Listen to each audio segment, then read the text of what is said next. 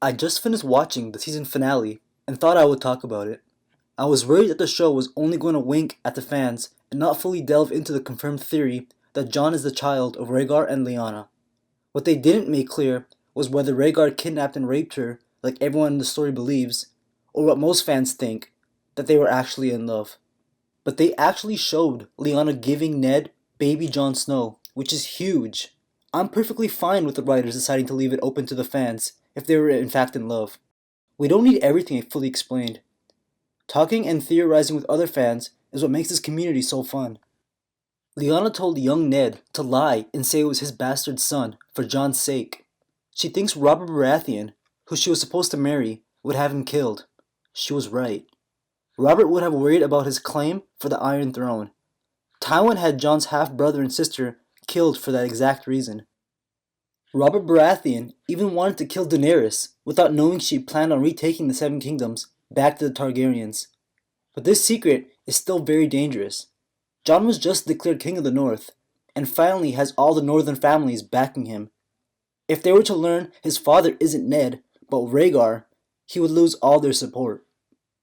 Sansa is becoming far too similar to Peter Baelish, and if Bran decides to share what he saw, I think she wouldn't hesitate in making a move for Winterfell. What I don't understand is why the show introduced that handmark on Bran left by the Night's King. Wouldn't that mean him and the other White Walkers are able to pass through the wall without its magic affecting them? I hope they address this next season, and not just hope fans forgot about it. I would much rather see them destroy the wall than be able to just climb it. It seems like Bran is riding south to Winterfell to be better protected since he is arguably the most powerful person in the show and being targeted by all the White Walkers. Warging plus green sight beats controlling a dragon and being immune to fire. Bran's role is going to be very similar to the Three-Eyed Ravens, whose real name is Brennan Rivers, a former Hand of the King, who also happens to be the son of Aegon Targaryen IV. Bran will advise Jon and help him defeat the Night's King. Good thing Winterfell still has a weirwood tree. That's going to be Bran's new home base.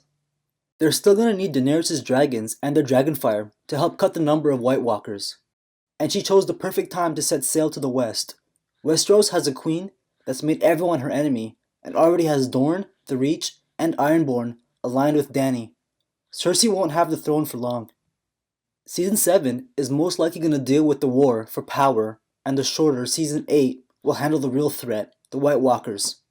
The last season is going to be like a 5-hour movie. I can't wait.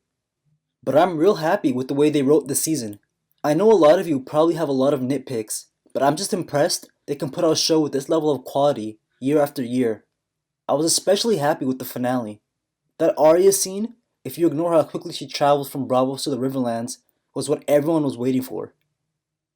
Arya has grown into a complete badass, and the Freys finally got what they had coming. Something similar happened in the books with Wyman Manderly, who we see kneeling to Jon Snow. Presumably, he cooked 3 Frey sons and served them to the Boltons and Freys at Winterfell. The only people left on Arya's kill list is Melisandre and Cersei. You might have forgotten, but Melisandre took Gendry and tried to have him killed before he was set free by Davos. Melisandre is riding in the direction of Arya after Jon orders her to leave, so we'll likely see a confrontation early into next season. She also isn't very far from the Hound, but she had her chance to kill him, so she won't be hunting him. It's finally looking brighter for the Starks, well except for Rickon, if only someone told him to not run in a straight line. But that's all my thoughts for this season finale. Let me know what you guys thought of it in the comments, and if you want to see the video I made of possible Game of Thrones spin-off shows, you can click on the link or in the description. Thanks for watching.